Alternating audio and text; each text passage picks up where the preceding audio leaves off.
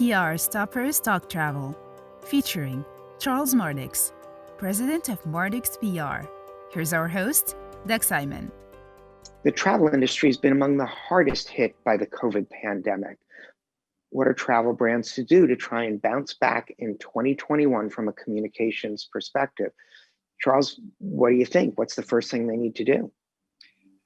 Well, I think they really need to just sort of take a deep breath as we go into 2021. Even though 2020 has been no doubt the most difficult year for all of us in the travel industry, and 2021 looks to be when we're going to see a light at the end of this tunnel.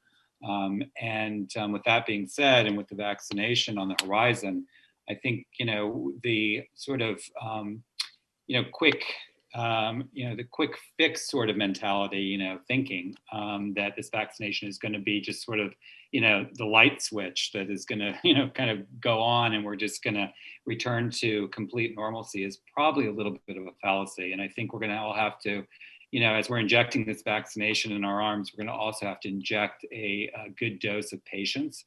Because I do think we're going to be wrestling with the aftermath of the pandemic going forward. I think we're going to see that companies are still a little reluctant to spend the way they were spending previously coming out of this, because everybody's going to just be trying to sort of recoup what they lost in the past year. But I do think, on a positive note, that you're going to see a tremendous amount of pent-up demand for travel, and that things is certainly, when we get back to sort of the peak, spring and summer travel period of next year, I think it's going to be a whole new ballgame. Well, that's good to end on an optimistic note, but I've been called many names in my time, but patient is not necessarily one of them. I understand you're saying it's not going to be a quick fix, but how do you counsel patients for brands that might be on the precipice because they've had such a hard challenge? Yeah, well, I think, it certainly is a question of taking baby steps. And, it's not to say that, brands shouldn't be out there and be communicating, because, we need to be in the consumer's mind. And there is a lot of, planning that goes on. Travel is usually not a last minute purchase for most people, particularly when you're looking at leisure travel. And I think, I've done a lot of work in the cruise industry over the past several years. And that's a really good example, because, cruise was probably one of the first segments of the industry to really, be hit hard, just from a public image standpoint, and what went on early on with some of the, the cruise ships that were stranded with passengers, and thereby having to really, halt operations. And so, even this year, when there've been, little to no cruising taking place, you're still seeing people planning and thinking about the future. And so I do think it's important for brands to be out there communicating, to be reassuring people that, it will be safe to travel again. And when that happens, we're the company, or we're the brand, or the destination that should be, on your list. Yeah, we have seen brands sort of doing the "don't forget about us, we'll be here when you're ready" kind of advertising, which makes a lot of sense, because you don't want to be invisible and then expect that business will come back when the opportunity is there. What are some other strategies brands can use that'll be effective for mounting the comeback? Yeah, I mean, I think, so much of what people need right now is reassurance, and reassurance comes in several forms. I mean, I think, whether that's including travel insurance as part of the package, so to speak, whether that's really educating and communicating on health security, which is becoming kind of the new buzzword, and what you're doing to ensure health security.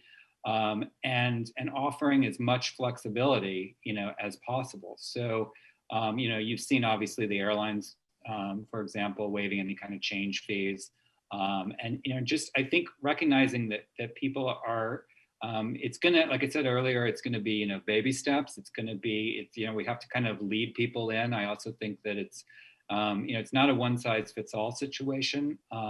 There are there are travelers and then there are travelers, sort of thing. And some people you kind of hear just in chatter with your friends and family, I'm sure. I would never get on an airplane, and other people will be like, I'd never get on a cruise ship. I'm only driving to close to destinations. And and other people are like, the moment I can go and I know it's safe, I'm going, and many have already. You're seeing travel, particularly in parts of the world that have assured people that they've created a bubble and they're testing, pre and post and that sort of thing. Like Hawaii is a really good example of that, where people are going and they're traveling today. So you can imagine as we start to move forward, that'll only increase. So I think giving a lot of reassurance, educating people on the facts, and providing a lot of flexibility is really key. Charles, can you bullet point for us what would be the steps of a plan going forward for travel communications in 2021 in this time of uncertainty? Sure. So it's really, that's it. It is, uncertainty is exactly the right word.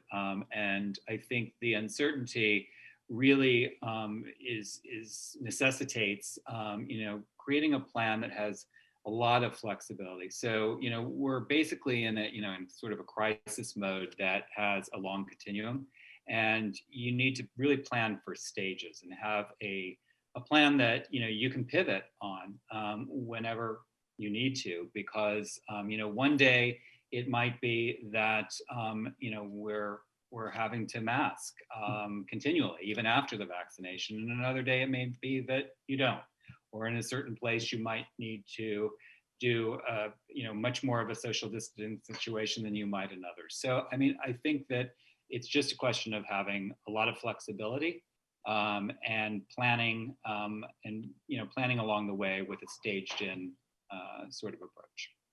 Yeah, so it sounds like in 2021, travel communications is really going to be crisis communications. Thanks so much for joining us and sharing your advice and thoughts. Thank you, Doug. It's a pleasure to be here.